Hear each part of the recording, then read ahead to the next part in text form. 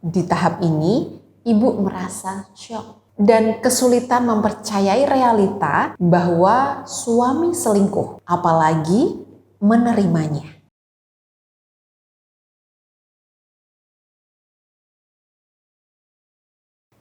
Setelah diselingkuhi, banyak klien wanita yang patah hati, kemudian kehilangan arah. Dia bingung bagaimana caranya agar bisa memaafkan, move on, dan mengembalikan keharmonisan rumah tangganya. Untuk itu, pada kesempatan kali ini, saya akan membahas 5 tahapan sakit hati. Agar ibu tahu, sakit hati ibu saat ini posisinya ada di mana. Setelah tahu ibu ada di tahap mana, ibu akan lebih mudah menentukan sikap dan respon untuk mengobati luka batin tersebut, sehingga ibu benar-benar bisa move on. Sebelum saya lanjutkan, saya infokan dulu mengenai terapi detoks batin.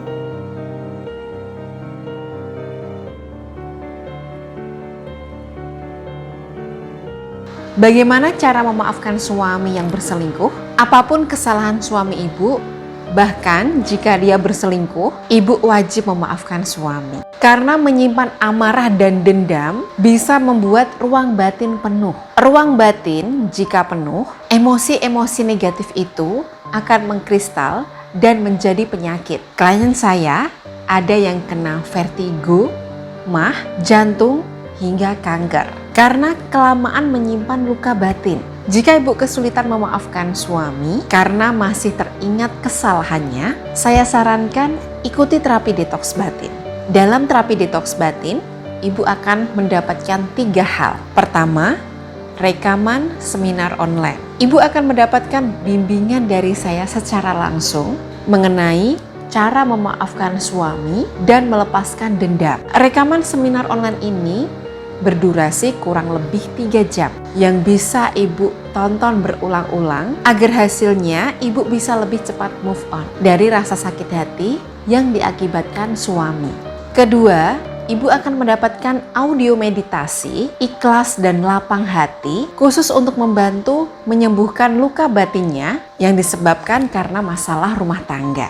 Audio meditasi berdurasi 30 menit ini ada bimbingan suara saya juga yang perlu ibu dengarkan setiap malam sebelum tidur. Insya Allah bisa membuat ibu lebih tenang, ikhlas, dan damai. Ibarat obat harus dikonsumsi setiap malam dengan dosis yang tepat agar sembuhnya lebih cepat. Ketiga, ibu akan mendapatkan buku 30 hari memaafkan suami yang dikirim langsung ke alamat ibu. Buku ini berisi langkah-langkah konkret, sikap keseharian yang ibu lakukan selama 30 hari ke depan agar ibu mampu menjadi pribadi yang baru, yang lebih kuat dan tidak mudah tersakiti. Ayo ibu-ibu, jangan ditunda berobat batinnya. Karena sakit hati dan emosi negatif yang terus ibu simpan bisa mengkristal jadi penyakit. Pendaftaran terapi detoks batin bisa menghubungi nomor konsultasi yang ada di layar berikut. Tahapan pertama sakit hati adalah penyangkalan. Saat ibu tahu suami selingkuh pertama kali, biasanya ibu akan menyangkal. Pikiran dan hati belum siap menerima kenyataan. Di tahap ini, ibu merasa syok dan kesulitan mempercayai realita bahwa suami selingkuh, apalagi menerimanya. Dalam kondisi ini, ibu juga tidak tahu harus berbuat apa. Tahap kedua sakit hati adalah marah.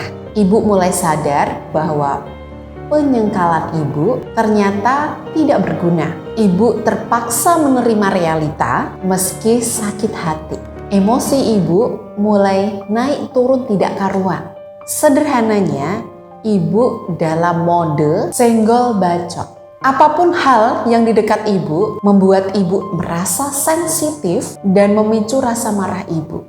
Jika diizinkan berkata kasar, ibu mungkin akan berkata, sialan, kok tega banget sih dia berbuat gini kepada saya, dasar pria gak tahu diri. Ibu marah-marah tidak jelas pada orang di sekitar ibu. Tahap ketiga sakit hati adalah tawar-menawar. Setelah ibu mampu mengontrol emosi, ibu masuk ke tahap tawar-menawar antara akal dan perasaan. Akal ibu berkata, "Sudahlah, ini memang takdir untuk saya." Sementara perasaan ibu berlawanan dan berkata, "Dasar kurang ajar." Diri ibu bergejolak antara ingin memaafkan dan bertahan atau berpisah dan balas dendam. Tahap keempat sakit hati adalah depresi. Di titik ini ibu menyadari bahwa ibu kecewa dengan perbuatan suami. Ibu memilih sering menyendiri, menarik diri, menghabiskan waktu untuk menangis dan bersedih. Dalam kondisi ini, saat ibu terus-menerus sendiri dan tidak ada orang lain yang memberi dukungan, maka akan sangat berbahaya karena ibu akan tenggelam dalam kesedihan menyakitkan dan bisa saja berakhir dengan tindakan yang konyol seperti bunuh diri. Jika seseorang di tahap ini bertemu dengan konselor atau terapis yang tepat, hasilnya akan sangat bagus. Dia bisa menyembuhkan luka batinnya dan perlahan-lahan move on dari masalahnya. Jadi, ini adalah tahap kunci sebenarnya. Dan ini klimaks dari segala tahapan sakit hati. Ibu bisa sembuh total dari sakit hatinya atau bisa juga jatuh terpuruk di titik ini. Nah, di titik inilah ibu sangat cocok mengikuti layanan terapi detoks batin.